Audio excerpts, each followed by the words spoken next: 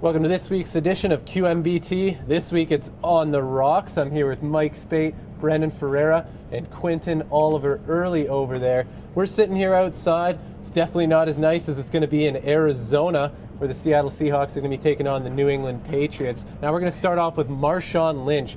Now what do you guys think about Marshawn Lynch's comments? Can I just say something right now? I'm only here so I don't get fined. That's it. If all you at home don't know what he's talking about, Media Day yesterday was quite entertaining, where Marshawn Lynch dropped that memorable quote that we'll be hearing for the next couple of years, for sure. Brendan? I personally think the guy, all for it. Like, if he doesn't want to speak, he shows up, he doesn't get fined. I'm okay with that. It is under their contract, though, that they are supposed to talk to the media. Should he be allowed to do something like this? Okay. Completely deflect it? He still talked to the media. The NFL, did you hear how much the NFL said that they were going to charge him if he didn't come to media day? $500,000. Yeah. $500,000 for not talking to the media, and that's his response.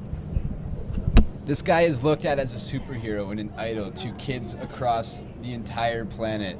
For this guy to come out and do this, and I think he said it literally 24 times. 29. It's just 29. It's childish. And I mean, a guy at that professional level doesn't need to act like that. I see what you're saying. It's media day, no big deal if he doesn't want to talk, but still, Yeah, at the same time, show some respect. Yeah, in my opinion, he should definitely say some words at least, not what he did. So we're going to go on, though, to just the predictions, I guess. I mean, I think it's perfectly set up for Seattle to win their second straight.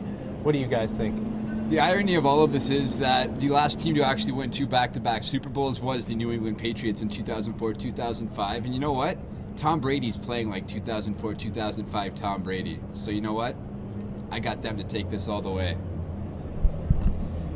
I really am not a fan of either team here. As you can see, Green Bay Packers fan, a little upset about 2 weekends ago.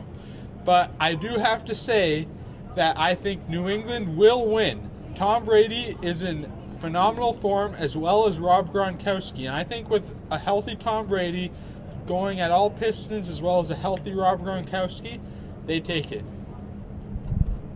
I'm not the biggest Seahawks fan. I don't say I'm a Seahawks fan, but I am a Bills fan, and I absolutely hate the Patriots. So Patriots I want to see the Seahawks win. Let's just put it at that. All right, we're going to go for final scores. I got maybe 20. I'm going to say anywhere between 25 to 30 for the Seahawks, and in between 20 to 25 for the Patriots. 35-28 New England Patriots final. I say New England has 36 and Seattle has 15. Ooh. 23-23 overtime, first overtime in Super Bowl history, and it's going to end with the Seattle Seahawks field goal. Fair enough. All right, we're going to move on to some Canadian tennis, though. If you guys haven't seen it, Milos Raonic lost last night to Novak Djokovic. The night before, Bouchard losing to Sharapova. You know, Sharapova won her first Grand Slam at the age of 16. You look at the top 3 in the world in men's, Nadal, Djokovic, and Federer. There just seems to be such a big gap. Can the Canadians close that gap? I mean, Raonic is now 24. Bouchard is still 20, but what are you guys' views?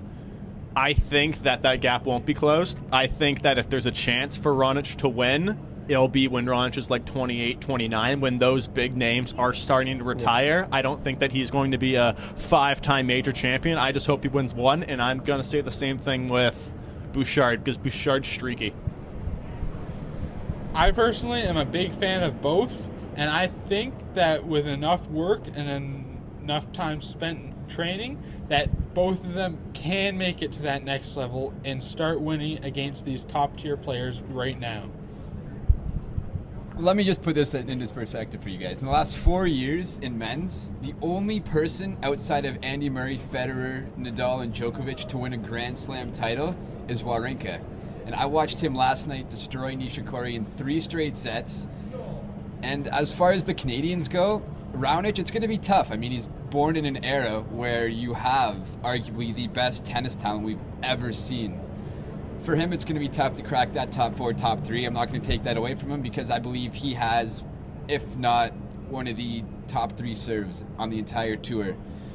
Keep practicing on that, round out his game. I can see him being one of the best. Bouchard, on the other hand, 20 years old. Look for her to peak in the next 5 years, because this girl's going to be phenomenal and unreal to watch, and she's great for Canada. Okay. Definitely. Now we're going to move on to the quiz. So the winner of the quiz will go on to host our next week's show. Let's not waste any time. Get to the first question. Okay, put the mic in the Boys, middle. tell me, who has the longest consecutive point streak in the NHL for an 18-year-old? Is it Nathan MacKinnon, Sidney Crosby, Steven Stamkos, or John Tavares?